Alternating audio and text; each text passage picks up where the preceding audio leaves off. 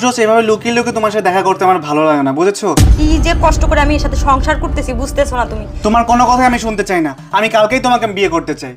আরে এত অধৈর্য হচ্ছ কেন তুমি?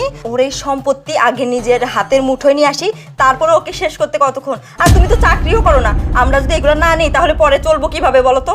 দেখো, তোমার কথা শুনে মনে হচ্ছে আমাকে আরো অনেক যুগ ধৈর্য ধরে থাকতে হবে। আমি এত ধৈর্য ধরতে পারবো না। সেদিন যে তুমি আর আমি মিলে প্ল্যানিং করলাম, সেই প্ল্যানিংটা তো তুমি এখনো সাকসেসফুল করতে পারলে না। আমার কিছুই ভালো লাগছে না মিষ্টি।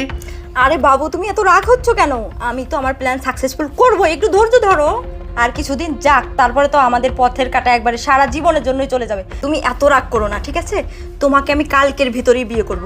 আর এই সম্পত্তি সব কিছু আমাদের হাতের মুঠোয় নিয়ে আসবো।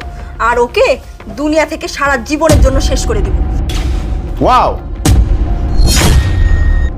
Nice plan, wonderful wonderful plan. আজকে যদি